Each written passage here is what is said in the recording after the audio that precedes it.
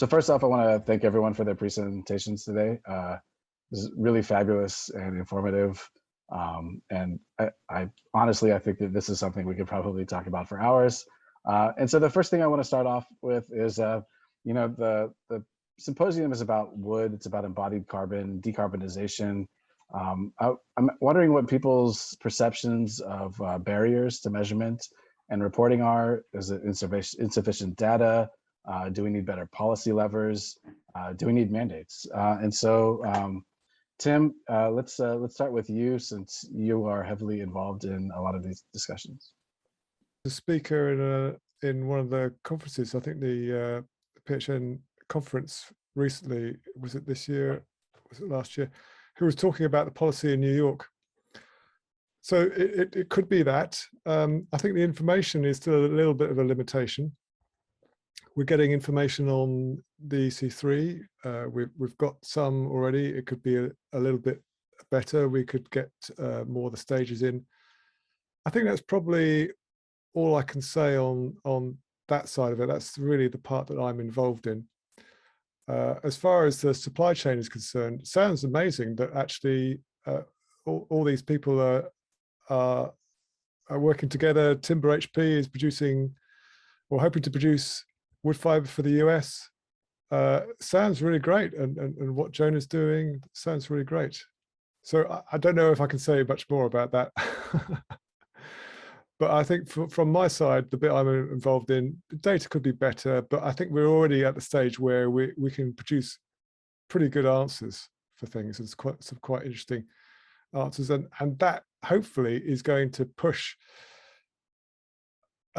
maybe at that information. The slight shortage of information is going to push manufacturers and maybe legislation to being involved. Bjorn, you guys have done EPDs for your products. Are EPDs becoming mandatory where you are? Do you think that they should be mandatory if they're not? Well, I think it's an improvement that I think it's being used. EPDs are being used more and more.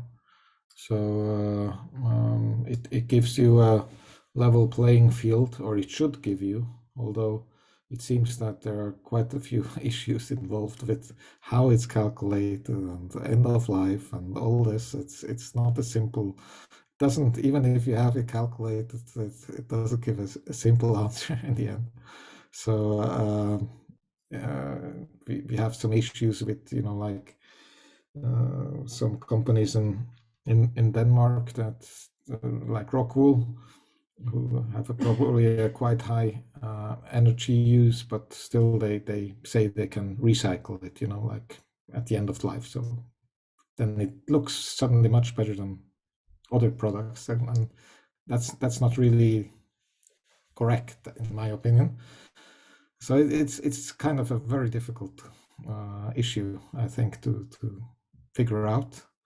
And I'm more concerned, CO2 emissions. That's one thing. That's something that we'll hopefully solve in the next 20 or 30 years, because otherwise we are doomed anyway. So we need to do something now. And if we can build any CO2 into a building and it keeps there at least for 60, 80, hopefully 100 years, if we have good architects who do their job well, then it will keep for 100 years.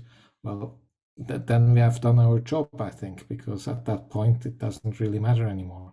And what is more important is that what kind of materials are you using? Are there materials that you can then return back to nature, or are they going to create further damage?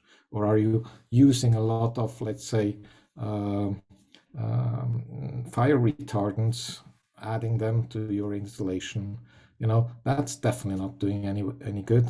So there are other questions that need to be solved as well, which might be even more pressing, I think, than our global warming and emissions, although it doesn't look like that way today. Matthew, can you talk a little bit about some of the barriers that you've seen on the fabrication side? Yeah, thanks for that question. Our big barrier was it's an incredibly expensive project, so we had to raise a ton of money.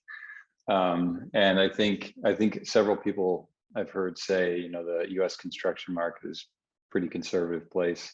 It is, and I think doing large-scale sustainability startups with high capex are challenging. There's not a lot of precedent for it, despite what people talk about in terms of creating rural employment or quality jobs, manufacturing, and so forth. Fortunately, I think we've been able to get a big investor base together to be able to do this project, and the rest of the financing besides our investors came through a tax-exempt recycling bond from Citibank, which acknowledges our material supply chain, the residuals to recycled product, which helped us along. But I think in general, you know, as much as the mainstream is talking about supporting environmental initiatives and environmental investments, it's still the same market that we had 5 years ago, right? Nothing's changed. And so what I've seen here is a lot of people who are taking initiative, who have ideas, who are building those ideas, whether it's on the design side or construction systems or how we model that. And that's where I'm taking hope, is because I think people are coming up with great solutions that they're pushing into the market kind of by force of will. And to be honest, I think policy is great. Policy is important. I'm more of a solutions person. And I think the people, you know, on this call and around the Passive community are solutions people as well. And they have had the biggest impact on affecting change. And for us, it's about providing an appropriate material choice for insulating and doing our bit there. So I'm really enthralled with this idea of buildings as a carbon capture and storage. You know, understanding that, you know, there are other aspects in play. Anne-Marie, I feel like you guys are really kind of pushing the forefront of a lot of these. Where do you see the industry going? You know, you guys have used straw, thatch, mass timber. Are you guys, where are you branching out beyond that? Well, yeah, I have to agree with Matthew. I think it's about like a solutions-based approach. And if we just hang around and wait for legislation to change doesn't happen, or what'll happen very slowly, might change every term of government. I think the current barriers as well as the amazing opportunities is the kind of change in the regulatory frameworks around fire and combustibility, and going through that process in Europe now after a series of, you know, really tragic fires over the last decade or so, giving a nervousness to the industry about you know, using timber materials. And I think there's great evidence tonight of, you know, how that can be rubbished really, in terms of any construction can be designed to be technically compliant and non-combustible with the appropriate detailing. And we have to kind of move beyond that and be able to see materials for what they are. And I think for scaling up any opportunities like this, that regulatory understanding needs to improve, and that awareness. And I think I've just left a comment about that as well, in terms of how we report carbon. And, you know, some of Tim's slides were excellent, showing the kind of different journeys and stages and what you need to include and exclude. And I know some of the figures are a little bit contentious or localized, but without getting that knowledge into our decision makers and stakeholders at the same time, you know, and informing the clients, we'll really struggle. And I think we've just been very lucky at Archetype that we've had some really amazing clients who've really championed the approach and understood the information, you know, they understood the challenge that's ahead of us, rather than just looking for a greenwash net zero, let's just stick on a load of PVs and move on kind of approach. And, you know, there is clients out there doing that as well. So I think it's, you know, to see clients come to events like this and wanting to upskill themselves kind of independently of what the main political message is, I think is really important. And they're the people that make the changes as well. They're the change makers as well as people in the passive community.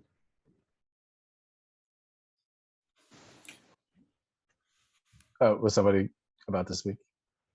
No, it very much depends on the client. I definitely agree on that, because they are the decision makers and they push the architect and they push the boundaries. And we have a lot of clients, private persons, because it's their life. They are looking at the life of their children. They are involved in it. They even are willing to invest into the extra cost, because it might be health and energy savings over in the future.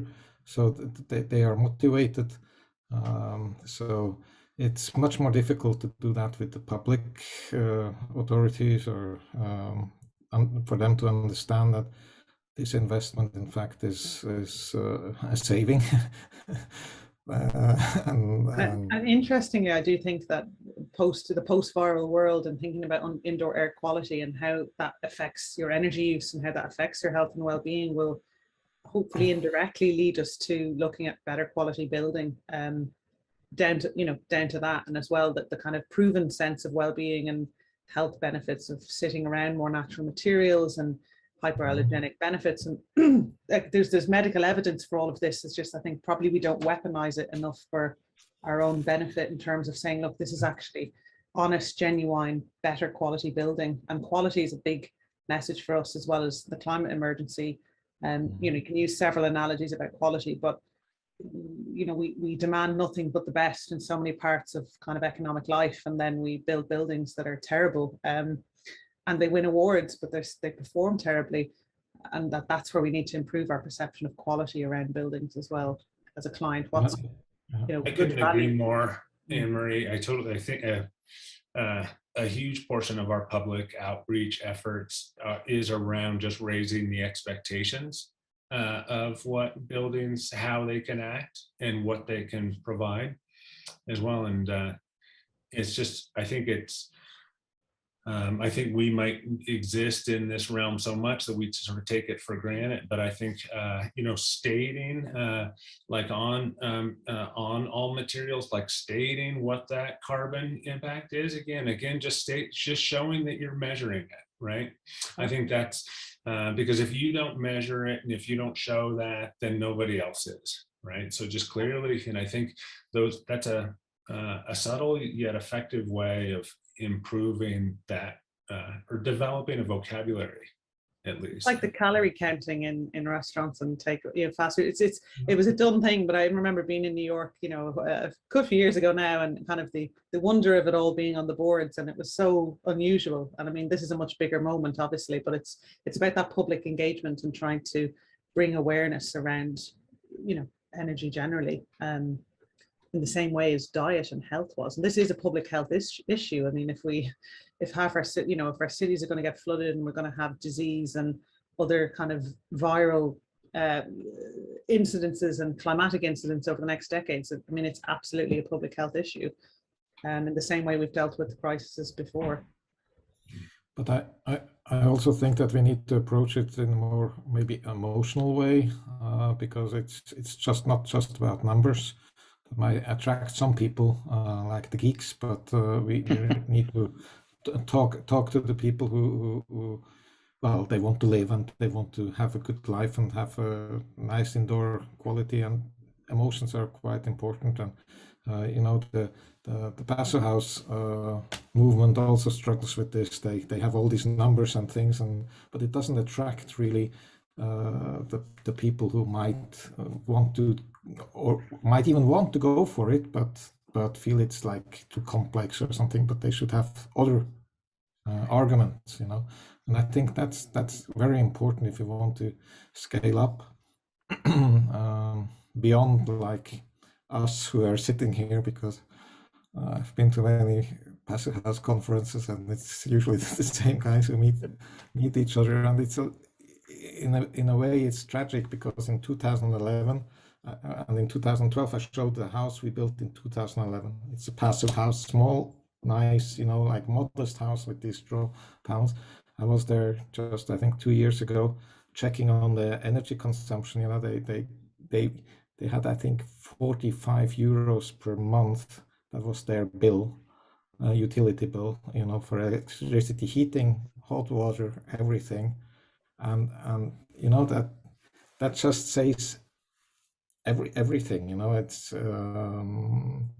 It's low cost, beautiful house, simple, healthy. It's there. It's doable, but it's not being done. So I call that tragic. Yeah, I think it's interesting. I love the idea of how we talk about scaling in the market, and I think for us, one of our drivers has always been cost competitiveness on a first cost basis. Now, clearly, passive houses have we all know more to them, but there's obviously the mechanical savings, not to mention long-term operational savings, but that's not a first cost advantage.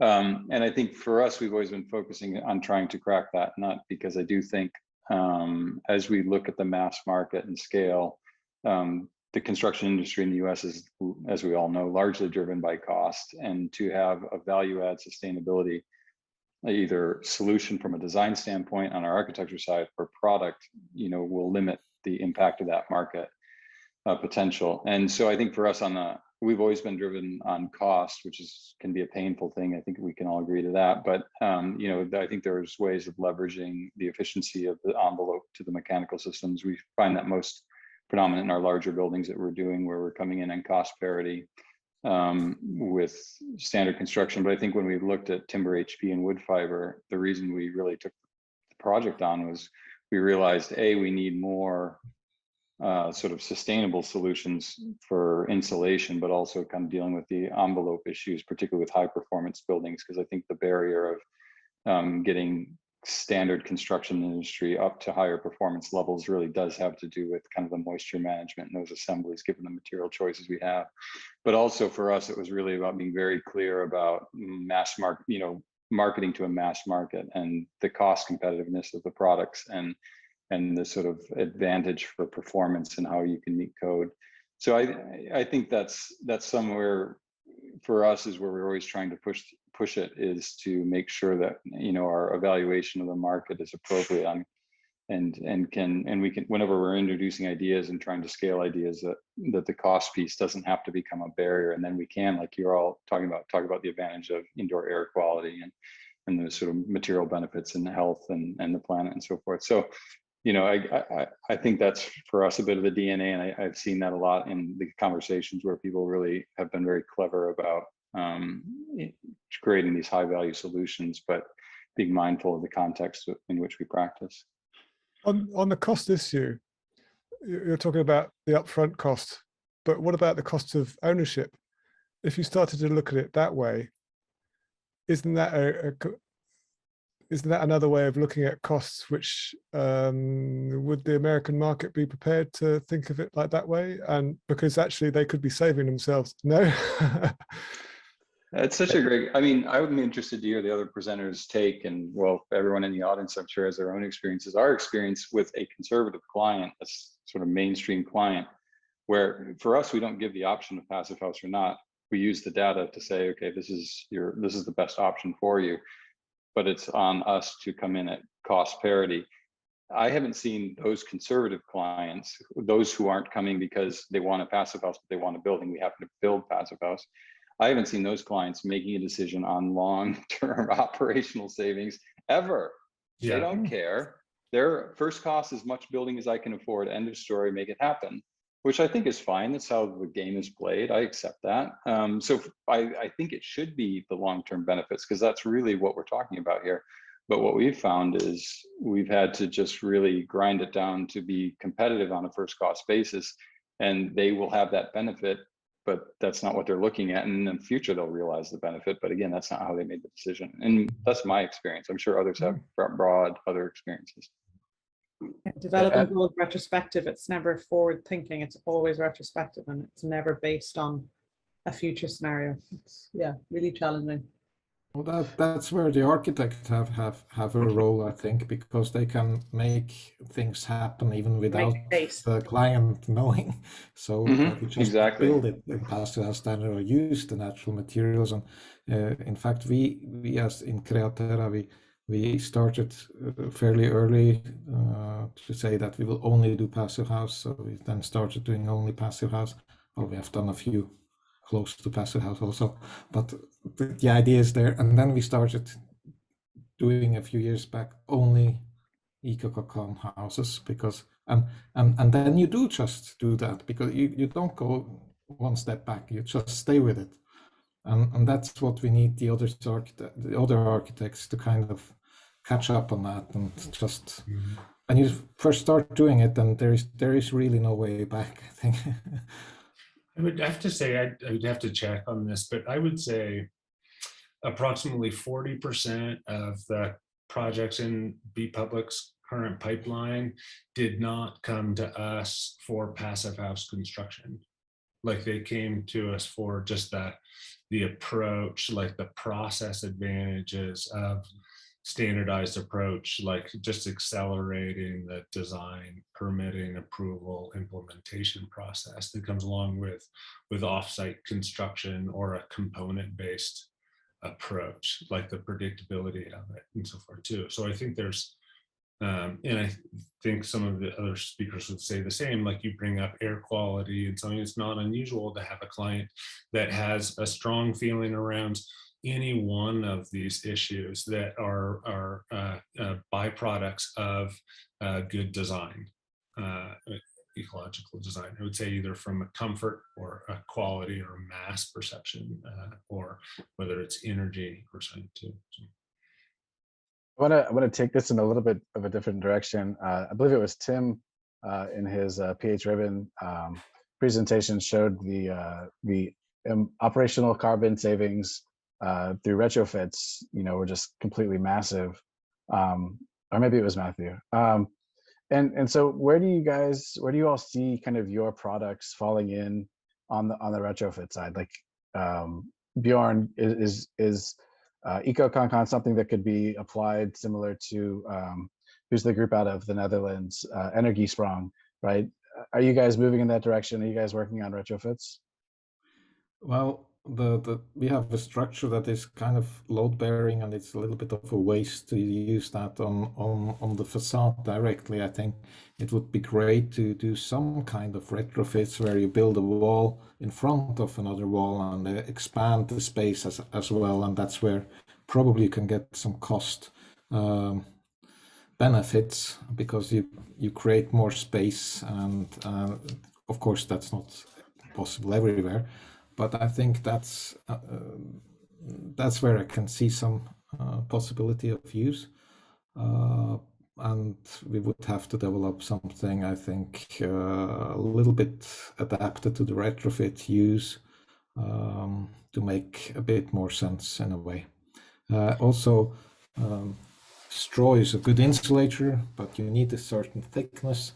So if you need to add that again, I think it would be wiser to produce maybe some insulation from another natural material that has a little bit better like value, but would need more processing. You value insulation value, but need more processing and so on. So I don't think we are a solution for everything. That would be a wrong attitude.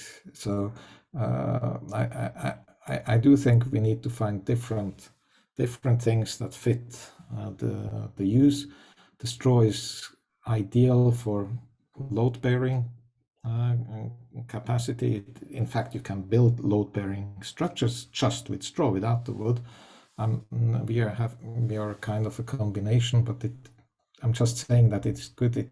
It holds the mortar on the straw, but you wouldn't probably use it in a roof because it's unnecessarily heavy.